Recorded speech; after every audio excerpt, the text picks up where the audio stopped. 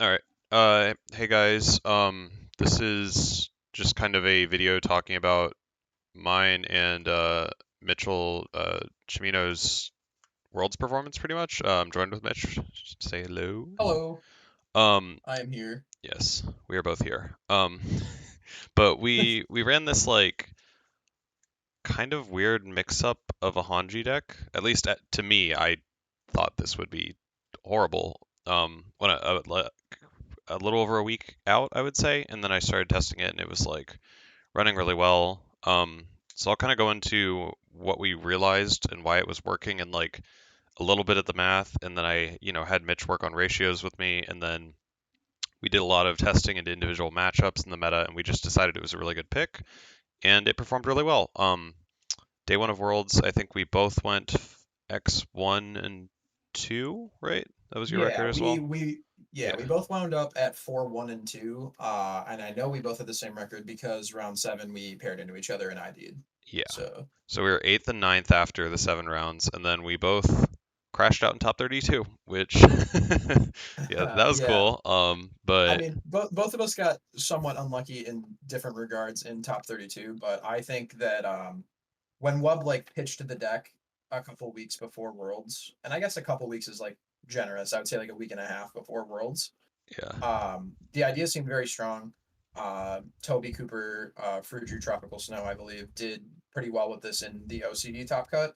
And I know Kevin, who eventually went on to win the tournament with the deck list, not like 100% far off from ours, but probably like 20 cards different, uh, did very well with it as well. Like the character and the deck are both very, very solid. It's just a matter of like Wub's deck building and like making certain cards and certain ideas shine in this list that we'll probably go into and talk about a little bit more. yeah. So overall, I think we're both pretty happy with our runs and like our year in general with Universus. But this is a nice way to cap off the year. Cool to make the top 32, and then I was hoping to go further, but it didn't pan out, and that's okay.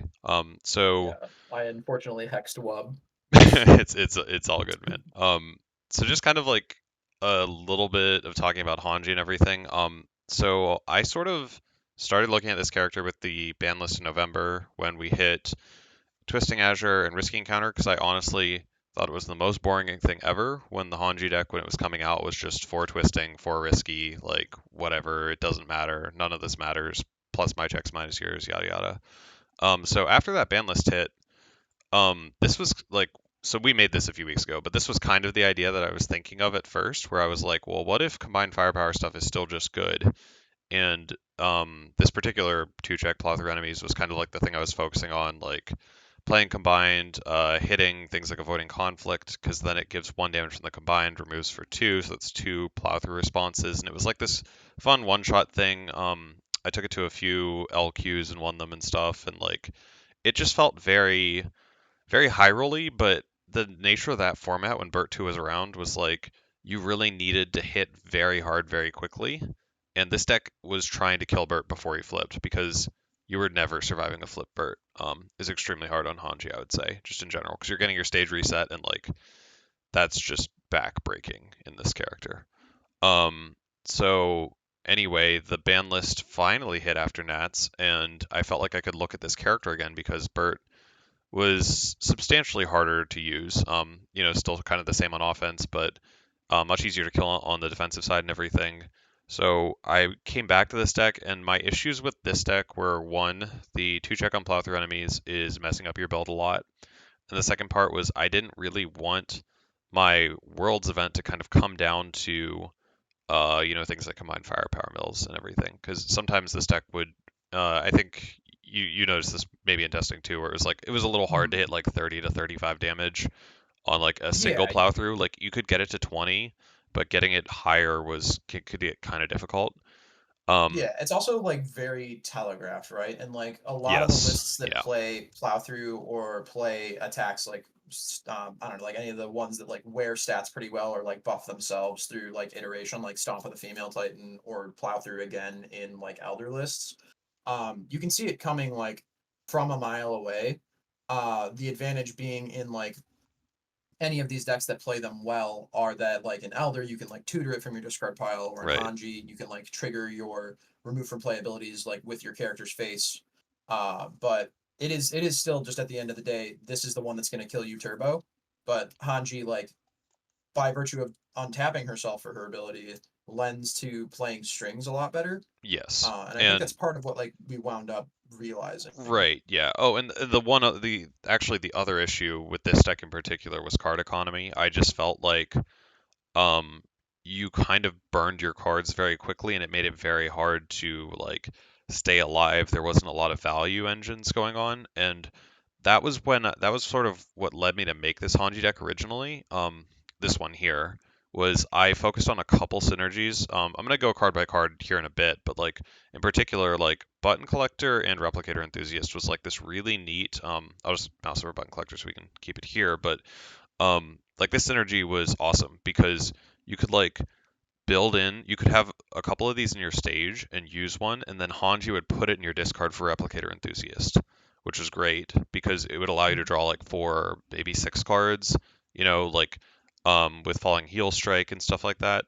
So it sort of is kind of like a build a wall Maria's situation. It didn't always come up, but like in the games where it came up, it allowed you to get so far ahead that it didn't really matter what your checks were as you were stringing out. You just had so many cards in your stage and like in your hand. And the second part of that is getting the attacks as well, because sometimes, even as a seven-hander, a lot of these attacks are just not that fast. I still think like Hanji's best two attacks are probably Battle Aura and Falling Heel. Battle Aura is just it just hits like a truck and it's a cantrip, and Falling Heel can kind of custom do what you want with her. It can choose something she's built in that turn and unflip it, or it can like rebuild with Weapon Clash, or it can do button collector stuff. So those two attacks are really great value, but the problem with these is they're not that fast. It's pretty easy to just kind of chain block, and we expected the meta to be a lot of seven-handers. And the problem with that is like if we're a seven-hander and we're throwing attacks and they're blocking all of them, then we're not accomplishing anything, and Hanji is like debuilding us while we're doing it, right? Yeah, So it's also tough because both of those attacks just like Travis won Nats with Krista, right? Like yeah, people love Showdown, and that's the like it's other in thing. our deck as Yes. well. It's just it's the same thing. We were talking to a friend of ours, Kalvin, and he said, I can't believe that. He said, I refuse to believe Kraken is not the best attack in the game, and I said it's a four high, and what was like you were begging to be Showdown, and he said Yeah. impossible, but it's very possible and happens often. And I know like we test a lot into Hawks, so like high attacks feel legal against that deck, but I generally get very dissuaded from high attacks, which is I'm genuinely shocked that I convinced myself to play something with these what I would call lazy high attacks, right? Like they're not fast enough that it's that difficult to block, and there's a lot of very punishing block tricks in the mid and high zones in the format. However, we kind of got around this by being way more aggressive than we realized. Like initially, I built this um, centered around Duplicitous Recollection and Beast Titan. I had seen this before. I think a few other decks had done it. I played into Kevin at Nats, and he was doing it in the teams event. But the idea behind Beast Titan was just like this ability to pick up, particularly Battle Aura. We later found out about Thunder Spear Strike, and those are like our two targets. But this is just like a very nice card to throw on turn two or three in this deck, and it's not that bad. You can check literally whatever on it, and then like pay with Hanji and some foundations, blow up ready, and so on. But the value engine here is really great because this, if it doesn't die, or if you ready it in the same turn, picks up two ranged attacks. So that's two battle auras, which are also four high 11s and also draw you cards. So like you go from being a seven hander to just having like 10, 11 cards slinging 4+ attacks. Um, and I said ready a backup. This is the other cool part about this. We have this female Titan attacks as our second duplicitous target. We wanted multiple that things for duplicitous to build in, and this card readies a backup, which allows us to form Beast and then pick up an attack and then female ready it and do it again. And essentially, the like quote ideal string that we were trying to aim for was like duplicitous on a 7. This is a 5 low 9 that Beast Titan makes 11 for free because you can spend for this lose 1 stamina. It's not a commit cost. So it's a 5 low 11, and then we play this on an 8, and this is a 7 high 10, or, you know, probably just 10. Like I think we'd rather pick up two range attacks, but if we need it to be 12, it can be. And then we have two ranged attacks, which would be the two battle auras typically, and these are 4 high for 11s, and that's just 40 plus damage. And Bertold is no longer giving minus 4 to 6 or anything, so it's an extremely lethal string. And the cool part that we noticed later after testing is if you go on a 7, you commit two foundations to ready Hanji instantly. You then go on an 8, and assuming you checked 5s on these, haha, check 3s. Uh, I'm basing the math on 5s here just as an example. You commit 3, so you blow up 2 of the committeds, you have 1 committed. Then you play Battle Aura on a 6, you check a 5, you commit 1. Now you have 2 committed for Hanji, and the second Battle Aura is at that perfect point where it commits 2 more because it's on a 7. So this string allows you to have committed foundations every time for Hanji, so you're never wasting your resources.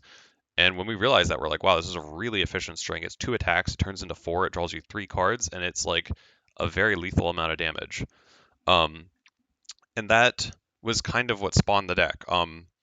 Noticing that like female also picks up Falling Heel Strike and Luna Ring. I mean, this deck struggles a lot with VME, and Luna Ring is just Yeah. like a perfect answer. And then something that came up for me a lot, I don't know if it did for you, but sending like 5 attacks and then just throwing a Luna Ring at the end, right? Oh Because yeah, they're for sure. interacting and blocking, and then the Luna is just for 20 plus damage because you're Yeah. blowing up 2 on every attack. If you have shapeshifters, you blow up more. And by And all virtue that. of some of our attacks just like on printed having damage to be like threatening, what I'd Oh find yeah. in like Swiss and what I'd find in general across our attack strings is like it is a relatively expensive string. However, with like the math of the number of shift attacks that we have and the number of like duplicituses in the deck, and just by virtue of being a 7-hander, you don't have to throw duplicitous as your first attack if you find it later, or if you like need to pitch Yes. Yep. your transform cards or like need to block with them even because they're pretty good blocks. They're like 1 highs in a format where like ponies and Ymirs are running around. But like you can play these strings in like incredibly obfuscated ways where you can like lead with an Yes. unassuming card and then like kill them with Lunar Ring because you've blown up so many cards over the course of the turn, or like I you was can noticing that play, too. Yeah. yeah, you can play like any number of your 7 diffs, like even if you just like don't get to open duplicitous specifically to cheat build in the backups, like your turn 2 play after building being just here's a female Titan attacks. I am now quote unquote an 8-hander, even if I'm not readying anything, and you have to deal with a 7 high 10. Plus, I get to build out for free with Hanji.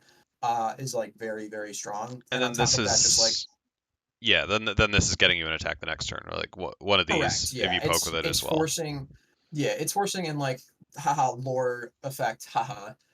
It's forcing your opponent to consider interacting with your backups, and Hanji can like defend backups Yes. on her own like very very easily. There was I believe around in Swiss, or maybe like just a for fun pickup game the day prior, where my opponent like after the fact realized that they had accidentally just lost themselves the game because they went to attack one of my backups, committed VME to make sure that it did more damage and to try and use the secret hidden text on VME of re-readying itself if it did damage to a backup.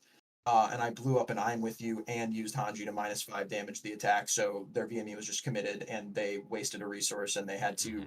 like panic, figure out what they were doing from there. But like your backups not needing to use like all of their stamina to do their trick, and like you being able to do like different combinations of like I'll spend like 2 across 2 attacks with this beast titan and then still be able to use to pick it up, or like similarly with like using female titan for speed, then re-readying it with a different one to like go pick up another kick, Yeah. or same thing with like the jaw titans post board. You just get to like basically put your opponent into a spot where they can never really guess what you're doing on your string. They just have to hope it's not the worst outcome for them.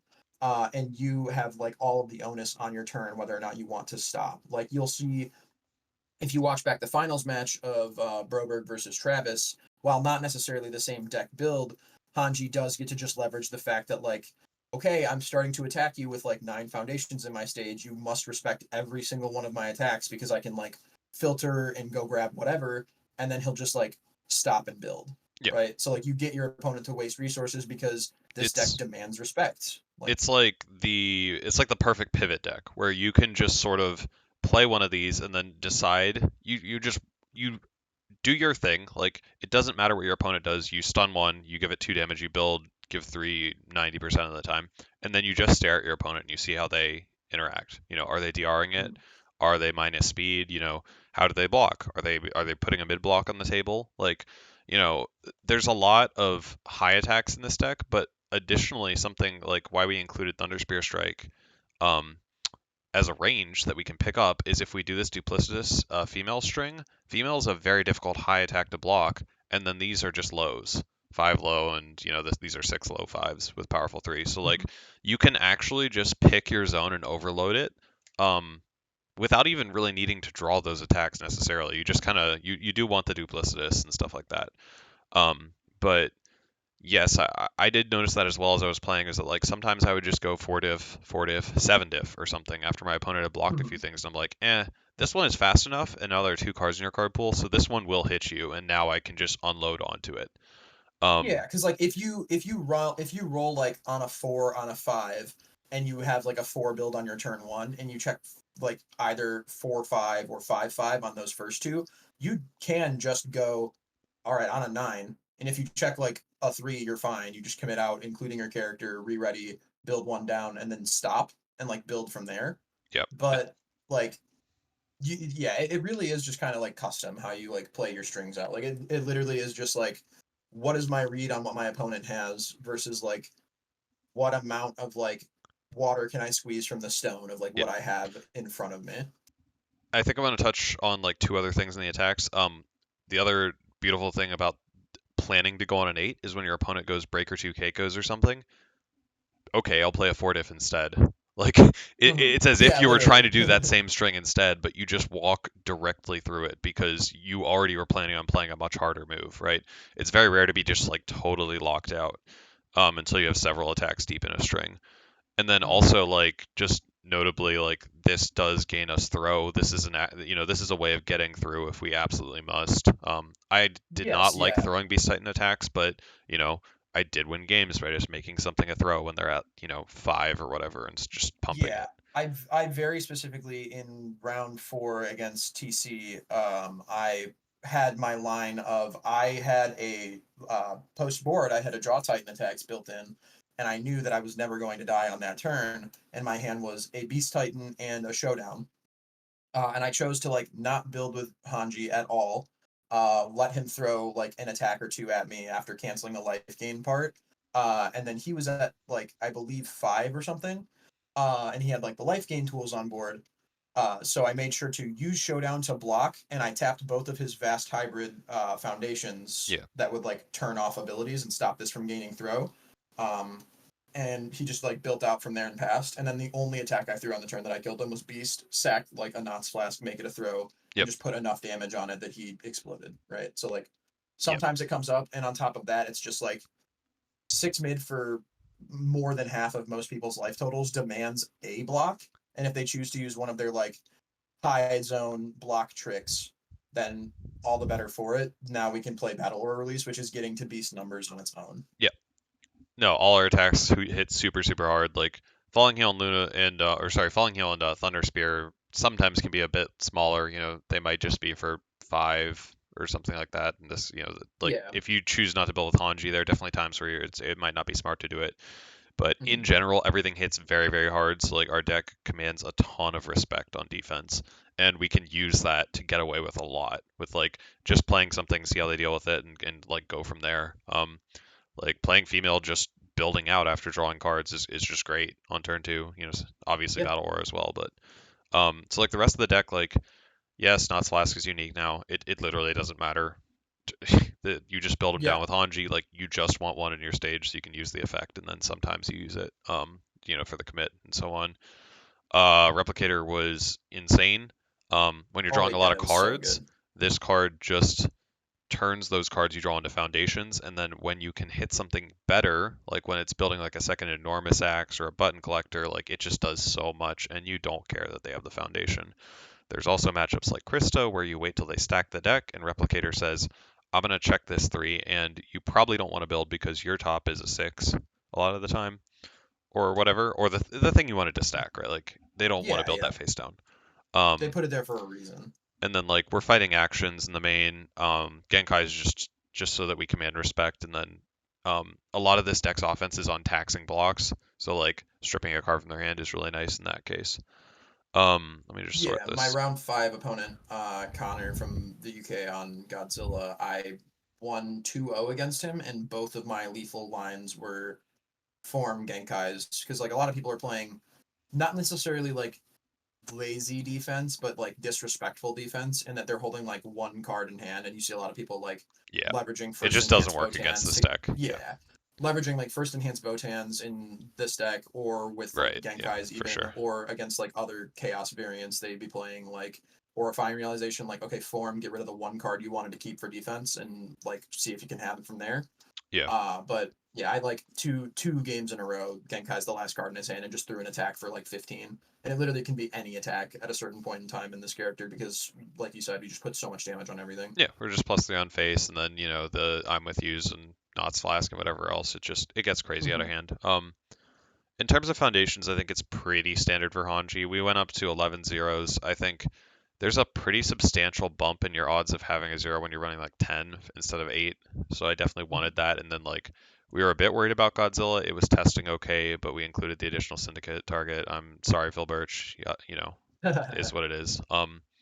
Struggling with studies was mainly here as like we would want to um against like a pony or something on their second attack is usually lethal slash. It's great to like show down them and have a struggling in your stage, and then you just look at them like, your choice, man. You want to keep trying? Yeah, It's up to you. it's a good option to have, but like we do pretty frequently DR like a lot of attacks where Yes. just like let them hit us, because you're in a pretty comfortable spot of like you have 21 health, haha, not really, and like you can more often than not just hold out and not use your character at all for DR or to like blow up your own stage until they like prove to you that they can do something about it. And Yeah. usually around then, if you have the struggling in your stage, you go, okay, well, now I'm going to present you the idea of me chain blocking something, right? Correct. Yeah. And then it's also protecting us from like seizing on occasion. Yeah. This deck does build pretty wide and doesn't really have a lot of deadlock. However, this card was actually really great as like our sole deadlock piece.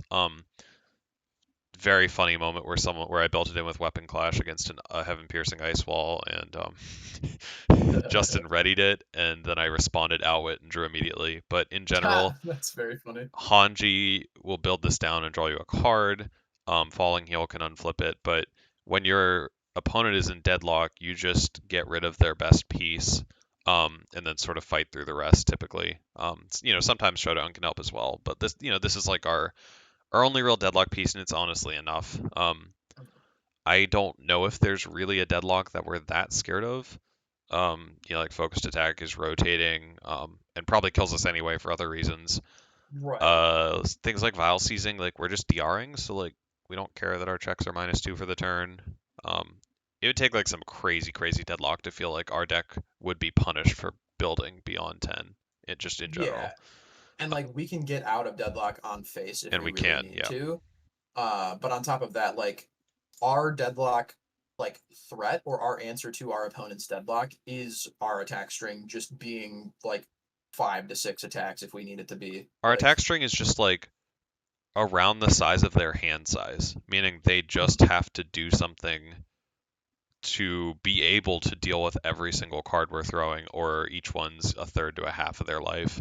Um, and in turn, like if it's something in their stage that they're doing to increase their hand size, we'll deal with it. We have Luna Ring for assets, and we have Loss of Consciousness for like, I don't know if they're relying on like block with their whole hand, Botans into another block. Probably won't work against us because we do a lot of one zone or another, but um, just in general, like because we have access to so many cards, we don't necessarily need to rely on some crazy like plow through enemies. We don't need something that's just like this massive pile of stats that says we win the game on the spot. We can kind of overwhelm most boards. Um, Asterisk, I did one build against Ghidorah and never got there before dying in that situation. But like, there are definitely there are definitely like theoretical boards that like this deck could never get through. I was concerned about the Hawks matchup. I don't think we played it much at all. We might not have even done it at all before the event because we I kind of think I came to played this. I played two matches total, one against a local of mine and one against Ryan, Okay. and they Yeah. were they were both okay, not amazing, but Yeah. not very good. Yeah, because like that character blanks an attack on face and like has a lot of great high block tricks and a lot of speed reduction. But um, this was also a meta pick that we chose in part because we didn't expect Rodan that much. And that's a character that probably chain blocks this deck for like pretty well as well. Mhm. Um, I haven't tried the matchup. Maybe we can just throw them to death, like seal their, defeats the female Titan or whatever. Mikasa defeats the female Titan, that air foundation, and just play a beast Titan attacks for 20 plus a couple times, something like that. Um, but yeah, in general, like it just seemed like a pretty good pick given the meta, and um, there weren't a lot of these speed reduction decks and like decks that built these like crazy unbeatable boards that we were afraid of. So in general, like a Ymir building to 11 to 15 foundations, like a risky gamble is like enough deadlock. I was able to circle back around. Nice. So the rest of these, yeah, like we decided to include always school.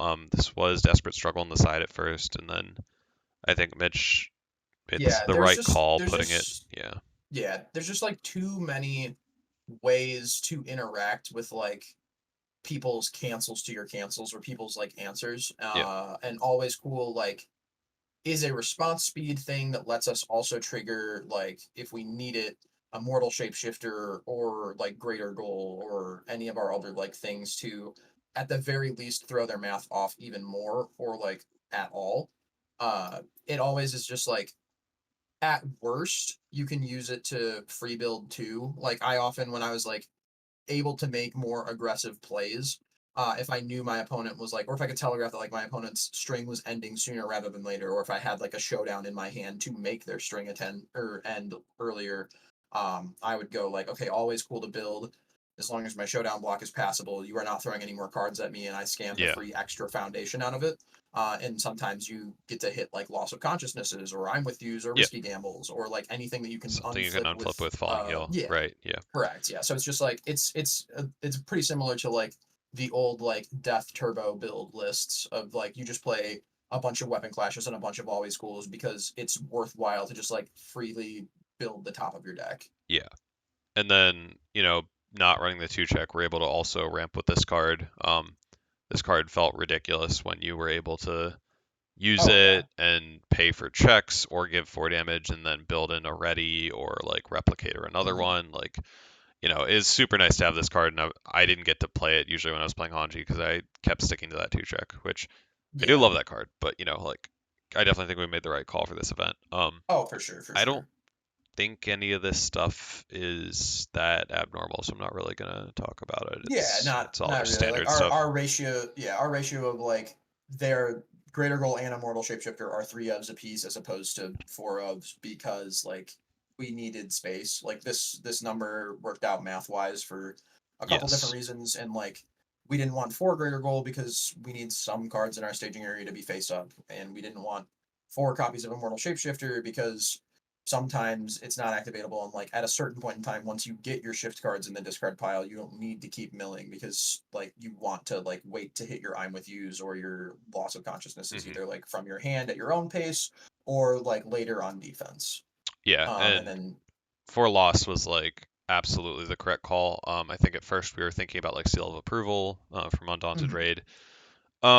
And people just weren't building like crazy enough boards that we needed to seal every copy of a card. Like I was really afraid of the recoup time stuff, and then I sort of realized after playing a few games, I'm like, I can turn off a piece or two, and it's enough. I don't need to yeah, like mass seal the recoup times to get there. And also, speaking of that stuff, we already had an answer that we were running, so like that was yeah, the only one of the one that we late felt like we needed a mass seal. Like I was um, I think the only other one of the late card, additions, yeah, yeah, one of the late additions to this was like I think I had brought up because like we were had a couple of slots in the sideboard after we had like you know killed our darlings and like taken specific like tech and cute cards out of the side, and we just had space for attacks and we were like, well, Jaw Titan is incredible because we get to build it in against like the recoup time nonsense decks and against like any deck that is trying to do like crazy Ymir numbers or Hmm. whatever, and it's just like low zone overload. It lets us be a little bit more liberal with our own health total. It's a +1 low block for Godzilla. It has just like a lot of like really good use cases. Like I 2-0'd TC the on Ymir in Swiss on the back of Jaw Titan post board 100% of the time, Yeah, and then it was what like you know led me to not lose against JJ on stream because I just he had to continually pass back until he had an answer to my Jaw Titan forever. yeah. Um, No, and the second Luna in the I sideboard was like for a similar reason where I shout outs Phil, he plays very, very good defense on any deck that he plays, and I was having a lot of trouble getting through like capes and VMEs, and I said maybe we should just have like another one of these somewhere. oh, just the extra Luna. Yeah, Yeah, and it's also again those just like gigantic stats. yeah. So like in terms of things we wanted to mass seal with seal of approval, like it was all covered by Jaw Titan attacks. The only other one on my radar was like dupler cards, and it was whatever. I just didn't care. It was fine. So this this was how you described like the Ymir matchup was pretty much what I found as well. I will say, talking with Tim Keefe later, he pointed out that what he was doing was using the Jin Flash attack from Yu. I think it's called Tornado Fist. Yeah. Because we can't DR it, and it hits and then it Oh, clears or it snaps a momentum. And I was like, oh, that's really sick tech. Like yeah, that's very neat. we'd have to like always cool respond greater goals or something. And he also had response speed answers with Best Buddies blowing up like Arrogant Fighter, which will then Oh, just true. seal. So like he had really cooked on this. He had actually figured it out. But I just think in general like Ymir needs to have a lot to go right when you Yeah. find this card, and all we have to do is do our normal game plan and give up a Beast Titan, which it does deny us attacks, but at the end of the day, like turning off their character for 2 turns is worth it. So it doesn't. Yeah, and like It's obviously like six copies, quote unquote, of Jaw Titan post board is very, very useful. yes. Uh, on top of that, we have stuff like we have this, which is like a functional silver bullet that they have to work very hard to get rid of, and we have like heroes upbringing. So if they do use a multitude of those like Yeah. recoup time things, you can just turn their character off. Um, Yeah, so like like heroes upbringing is upbringing obviously is very good just in this very format good. regardless, This but right, yes, just like Ymir Pony in particular, like turn them off. Trying to think about. I mean, I guess our character, but I don't know if it's even. I didn't play Byakuo, Ymir, but so I didn't get to see them against the yeah. My Byakuo that we both experience lost against to. Byakko was throwing one too many attacks, thinking an upbringer would get me, like keep me safe, and I got to 1 life after an upbringing, and he threw another move or two or something, and I was like, yeah, I don't know if we planned quite enough for that matchup, but that one might just be difficult. I don't know. I think we both lost to a Byakko, so Yeah, we both lost to the same Byakuo, who yeah, can just play okay. very well. Yeah, shout out to Toby. That It's that was yes, a good shout out to match. Toby. Honestly, shout out to Toby for a couple of reasons. He was the guy from OCE that played Hange in the first place that made us go, oh, this is kind of neat. Maybe we can come back to this as Mhm. well. Yeah. Like Wub had obviously, as we said earlier, messed around with it prior, but then both honestly, low key star of the tournament, Toby, because Kevin was also messing with Hanji as a result of looking at that list. So Yeah, yeah. Um, but yeah, I think that's pretty much the whole deck. Sorry, it was a bit rambly. There's a lot of interesting stuff in this deck, but the way it plays is honestly pretty non-linear. Like even though we have like this lined up plan of action, sometimes your deck says you're going to button collector turbo and stare at your opponent for a while because your hands are not orange enough or it's not like the right thing. Like you're not duplicitous building beast, yada yada. And then there are other mhm. times where it's like, okay, this is the 5 attack Luna Ring time, um, and so on. And I think there's a good amount of skill expression, so like you can definitely pick this up and like play with it, but I think it will take a little bit of work, and like I was definitely learning things in my rounds as I went as well, um, because there's just like when you crash out with this deck, like if you overextend, like it is so bad. You will blow up your entire stage trying to survive, and then you have 0 cards in your stage, and you're just drawing a fresh hand because you are building nothing to live. Um, so there's definitely like the potential for those feel bad moments, and maybe you're just supposed to lose those games anyway, and you're lived way longer than you should have because you're minus threeing like 8 additional moves. But in general, I think that like this deck's extremely strong, and it just takes that like little bit of experience and knowing like that maybe not 7-8 4-diff is the correct line. Maybe sometimes to like splice it up, do things differently, so you can sort of get your opponent, like read how they're interacting with your defense, and like that's how you get around things instead of just playing like a one-shot combo variant or something where you're just like, I'm just going to execute this plan, whatever happens happens, and it's like Deku, right? Like just send the Phantom Threat. Yeah, Hanji as a We're doing character something had very differently. Yeah. yeah, Hanji as a character, like when you read on face what she does, a lot of like things come to mind and you go, oh, this makes sense. You can just kind of turbo whatever with this, right? Like you can build, Yeah. rebuild. She's a free foundation and damage pump, haha. You just throw them, right? But like the difference between this deck and the one that was like that what was terrorizing LCQs with earlier that was just playing plow through is your ceiling is a lot higher in this deck. And going into a tournament like Worlds, where we are playing against the best players in the world and we are trying our best to have like things that we can do into every matchup in the main board and like answers between main and side. Like a lot of the ratios make a lot more sense when you think about, well, we need at least something to check this matchup. And in these specific situations, like packing one of this in the main board and one of it in the sideboard helps against assets, or like the two draw titans in the sideboard, we don't necessarily need them going into the field if we don't know exactly what everyone is like on or thinks is great, but it's amazing to have them. And like all of the strings and all of the different lines you can take and play with this character and this deck, these combinations of cards is like incredibly fun and incredibly rewarding when you do it right. Oh And yeah, I for encourage sure. everyone to give it a shot and try it. This is probably some of the most fun that I've had playing a deck in a while. Yeah. And I was prior to entering this tournament going to just play a combo deku list that I had been like workshopping for a while. But what convinced me to play this just because it does have like it not necessarily like better matchups into anything specific, but just like so much more play into the field with like the tools that she just has. Yeah, I think there's a good deal of skill expression with this. And, it's like that's something that I value in a deck. I like the ability, I like when my deck gives me the tools to like play around what my opponent is doing and like adapt my game plan. And that's why this character really screamed to me, even though on paper, like I'm not a huge fan of these symbols and how they interact and everything. But like the like Rube Goldberg of putting things in your stage and saving these bing bongs for later because you know that you're either going to need a DR or this one will probably get blocked or you assume it will, and it sort of creates this the mental game that I think that we love so much about Universes, right? Like the Mhm. not so much just how the cards interact with the mechanics, but also like how much nuance there is in like blocking and defense versus offense and all that. So I do recommend this deck. I know that congratulations to Kevin Broberg. He played a somewhat similar list but more focused on higher difficulty attacks.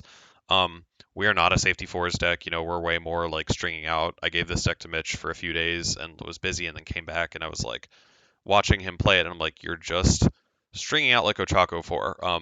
There's definitely like that kind of vibe where you're, battle aura, give it 3 damage, falling yell strike, unflip Yes, weapon yeah. clash, like there's like all those, readying foundations and it definitely can feel like that kind of, but there's a very potent like DR side to it too and everything. So it's a really cool deck, really cool character. I enjoyed this mini format a lot. I don't know if you did. I just feel like the Oh, I changes they made were massively positive, even if they could have missed on a couple cards. Probably some things in here to be fair. yeah, for But sure. overall, like it was a great time. Worlds was sweet. I don't know if there's any rounds or things you want to talk about from the event. For me, I don't think there were in particular. I did take this to teams, and Tam, JJ, and I won teams, which was really Yeah. cool. And I won one, or I lost one round out of those. I think it was 5 rounds we played. So overall, my record with this was like 9-2-1 with the ID with Mitch, because obviously we're not going to punt one of us to the back half of top 32 for no Oh, reason. for sure, for sure. But Yeah, the I think the you said it before and I think like the key point of this is never when I played this deck and like saw what my opponent was playing did I think, "Oh, this is unwinnable." Right? Like I felt like this deck had some play into literally everything And I was very, very happy to have like the tools available to just like try and win games and to like game plan and figure out like between post board and main board, like all of the answers and all of the tech and all the things that we had included had like some way to do something into everything. Yeah, and it has this very explosive potential. Like you're running seven diffs, but you can still nearly get there on two. You can chunk people super hard early. Like playing a seven diff, checking a five, paying two, build with Hange, commit ready, etc. Like off like a three or four build is very realistic. And you can even check a Hmm. three on a three build, commit Hanji, and still build out and be fine. Play your seven diff, check a three, get beast, hit them, yada yada. So Oh yeah, like it's yeah, it's my opponents very would very get aggressive very early. yeah, my opponents would get excited when I checked a three on my seven that I played on turn two, and then I would just commit I out, think present a functional six low for 11. I might They would have have to fist do bumped in something the about it. air when my duplicitous checked a four because it was beast titan attacks and it was the first one on my Tuh. discard. And like Yes. yeah, it's funny. Yeah. Like Pros and cons. play We'll take it. or like you're playing a four diff and you see an orange card flip and then you realize it's a four and you're just like, oh okay. Yay. Like on Yeah. a four, oh it checks it, yeah. But overall, really cool deck. Uh, thanks a bunch, Mitch, for the help on like the math and everything. I had these Oh yeah, no ideas and problem. I basically I think I sent you like I don't know, like six or seven Hanji lists, and I'm like, I don't know what I'm doing. Like these things, Yeah. I have all these ideas. I don't know what to do with them. What I have realized over the course of this past season and in the past like I guess probably year and a half, right, of playing universes specifically like with you, is I really like our deck building process. And I'm co-opting it because you do most of the groundwork and then I come in and I say, okay, here's what I think we should probably do. Here's what the numbers say we need to do. Hmm. What are your thoughts? And then we kind of just like And then somehow arrive in the room with the briefcase and we I both play stabilize card you for when card you're and hype talk manning a 32. card a little too much, and be like, Yes. okay, let's Yes. maybe back off of this one a little bit. Yeah. No, Yeah. it's a fun process. But yeah. Shout outs to everyone on MGLA, Gaming Giant Yeah. crew. I don't know anyone else in particular. I don't think so. Everyone who tests with me, you guys are great. Yeah, I Thanks guess for all your like help. the specific shout outs also Barlow because he's like Oh, for sure. Yeah. he's not technically either of those groups yet. He's gaming giant by virtue of like being there, By but he is attending the our team locals. walker. Yeah. Yeah, he Um, goes where he pleases. no, Um like, shout out to Kevin Broberg. Congratulations for mhm. winning. And, like his initial deck at Nats was kind of what got the neurons firing again on this character for me and, caused me to work on her again. So thanks for that. I think that's pretty much it for me, but anyone you want to shout out before we wrap up here? No, I think you've pretty much covered it. Okay. Outside of shouting out you specifically, but it's going on your channel, so Yeah, yeah. Um, but yeah, I know it's been a bit quiet on my channel, guys. Just been really busy, getting ready for Nats and Worlds, new job starting and stuff. So I'm gonna try and do a recap of how my sort of competitive year of universes went. That'll be a different video. I'd like to get back to some deck profiles and things, and just kind of get things moving on the channel again. But it's been a great time at the last few events. They've been pretty rapid fire. Denver's in 3.5 weeks and stuff, and I already got to start working on a deck for that because I'm planning on going. So, um, yeah. Thanks again for watching, guys. Anyone who's headed there, I'll see you there in a few weeks, and if not, I'll just catch you guys in the next video.